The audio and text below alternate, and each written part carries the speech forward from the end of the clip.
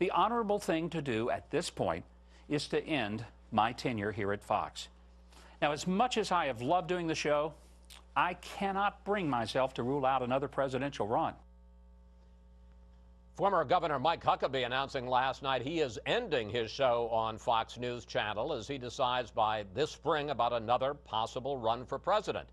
And it's time now for our Sunday group. Co-host of The Five, Dana Perino, Ron Fournier of the National Journal, radio talk show host Laura Ingraham, and Neera Tanden, president of the liberal think tank, the Center for American Progress. Dana, the Real Clear Politics average of recent polls, let's put it up on the screen, shows Jeb Bush now in the lead. As you can see there, a bit of a lead over Chris Christie and Paul Ryan. Mike Huckabee is close behind in a third tier, as you can see here, with Rand Paul and Ben Carson and Scott Walker. Dana, if he runs, how serious a contender is Mike Huckabee? Well, I think at this point we're in the let 1,000 flowers bloom point of the primary, and thankfully, as we turn the corner this year, we are going from wild speculation to slightly more informed speculation about who might run. I mean, I think that Huckabee will have a strong stand in a few of the states. In particular, he'll start strong in Iowa, and that's going to be important for him. I think that what they're all needing to do is to figure out some personnel. So be watching for that. Who's going to be joining up with these guys? And also, what sort of big ideas might they have? I think that the polling showing Jeb Bush in the front might just be a name ID issue at this point, and I don't think the polls are accurate yet. Well, it's interesting. Huckabee didn't say he's running. What he basically said is he can't be on Fox and actively explore, and one of the big issues for him is always money, and so he's going to spend the next few months trying to explore whether or not he has the financial support to actually run. We asked you for questions for the panel, and we got this from Steve on Twitter. He writes, who will pick the GOP nominee, the media/GOP establishment or the base? Ron, how do you answer, Steve? What are the chances for an insurgent, more conservative candidate knocking off the putative frontrunner Jeb Bush, and could Mike Huckabee fill that role? First question, I think anything can happen this election. Election's a lot more unpredictable than we like to admit when we're sitting around a table like this, and especially this one at a time when the country's changing dramatically and the voting populace is so upset with both parties and with the establishment. So I look at some dark horses out there and give them a more serious consideration than I normally would. Somebody like a Rick Snyder in Michigan or a Mike Pence in Indiana. I think we could have a big surprise this election. Mike Huckabee, I covered him in Arkansas along with Bill Clinton. Interesting guy, has a lot of attributes, but he also has a lot of baggage from Arkansas, like the Clintons did, starting with his decision to release Wayne Dumont, who went on to kill after that, including a wedding registry he had in Arkansas, which was basically a form of almost graft, a very unethical, I think, thing to do, although the Clintons did it later in 2000. So it'll be interesting, but I wouldn't rule anybody out right now. Laura, big picture, how do you handicap the race? How strong is Jeb Bush? Who do you see as the Republican potential candidates out there most likely to knock him off? And lastly, as we tee it up to go to Neera, can any of them beat Hillary Clinton? Well, first of all, I disagree slightly with Dana, who it's great to see. I think money is a huge part of this. Jeb has been actively courting the top donors to the Republican Party, billionaires, multimillionaires, trying to lock him down. And he's been doing that. He's been doing that quite well. I think there is one opportunity to knock off the establishment candidate, and if that is one conservative alternative to whoever that establishment candidate is. Mike Huckabee would probably, I mean, I like Mike a lot. I think he's really strong, but he'd probably do better serving conservatism if he had run for one of the 2 open Senate seats in Arkansas over the last several years. He decided not to do that. He had a great show on Fox, but the idea that Mike Huckabee is going to be president of the United States, I mean, I'll predict that that's not going to happen. So who is the likely conservative person to run against the establishment? Jeb? Well, I think there's an interesting play.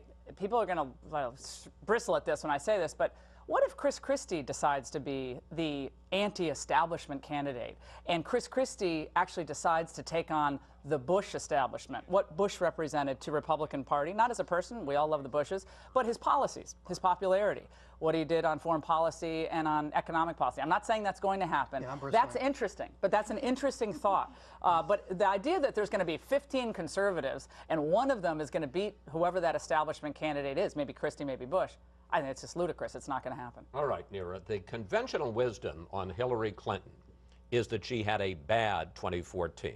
Well, let me just make the case.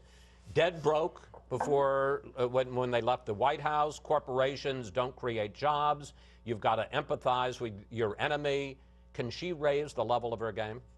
I would say Hillary had a very good year, and if you look at the end of year polls, where if she had a really bad year and is still beating Republicans by double digits, then it's going to be a really brutal year for the next 2 years for the Republican Party. She had a book tour. She admitted she had some inartful statements on that tour, but I think you saw at the end of the year that she has still very strong support amongst all corners of the Democratic Party, and most importantly, with the American public. And people see her as a strong leader for these tough times, and I don't think anything happened this year that took away those fundamentals. Laura? Hillary will get covered by the press, and they will cover for her. The idea that, you know, Hillary's going to get, Hillary will get an easy ride. I mean, look, Hillary will get an easy ride. I think Jeb will probably get a fairly easy ride until he's the nominee, if he's the nominee. He's the nominee, then the press, well, what about this tenant health care? What about all these Barclays connections? What about the money you made off of China? Let me contradict you, though, about her getting an easy ride. She certainly didn't get an easy ride on dead broke. Not the campaign yet. Campaign is about to start. Yes, everything about 2007 was an easy ride for Hillary. Well, it's different. You had a charismatic, a young African-American historic figure who, by comparison to Hillary, was anti-war and connected with that anti-war sentiment at the time in the public. I think this is going to be an entirely different game, and I think the Republicans are going to have to really bring up their game to defeat the Clinton twosome of Bill and Hillary, who are very powerful and I think, very adept at politics. I'll push back on both my colleagues. First, having covered her since the mid-1980s, Hillary Clinton has never got an easy ride from the media and won't this time. Secondly, her biggest challenge is that she is the establishment. She is politics as usual. She is the 1990s, and this is an election where people crave change. They want transformational change in politics, and unless she can show that she can not only run a campaign much differently than it's ever been run before, but if it's Bush versus Hillary, but also govern completely differently. But if it's Bush versus Hillary, let me bring in Nero to answer that question. Disagree. I mean, that's the one knock. Well, there are a bunch of knocks you hear about Hillary. One of them is she's tired. Yeah, no, I think Hillary is going to have to show, if she runs for president, that she has new ideas for new times. I think these are very different times from the 90s. They call for new solutions. She's going to have to do that, just like any candidate who wants to be president is going to do that. I think she will be able to do that because she's always been a substantive candidate with ideas about what the country needs. And I think one of the reasons why she is so popular is because people thought she was a strong leader as Secretary of State. Dana, good or bad for Clinton if she doesn't face a serious primary challenge? On the one hand, she wouldn't be forced to move further to the left to cover her liberal flank. On the other hand, she wouldn't have that test that makes someone a better candidate when they face the other party in the general election. That's what I was thinking. So a primary allows you to make some mistakes, get your sea legs, work out some of the kinks, come up with your big ideas. Jeb Bush has something called big, hairy, audacious goals. And those are things that he's going to lay out. She has less of a clean slate to start with. And she's in a tough spot between a rock and a hard place. So ideologically, to win a primary, if she were to get a challenge, she needs to align more with someone like President Obama. But then to win the general, she would need to align and govern more like somebody like Bill Clinton. Both of these candidates, if they were to run, Jeb and Hillary, will be constantly tied to other people. I want to see, can they break out of that? Can they break out and become independent, not independent as a party, but independent on their own? Who are they as people? It might be the first presidential election where we actually refer to the candidates by their first names, Jeb and Hillary. And just to avoid always confusion. Have with Hillary, so I think she will be able to show she's her own person. Yeah, that's my resolution for 2015. I'm not referring to Jeb and Hillary. It's Clinton and Bush.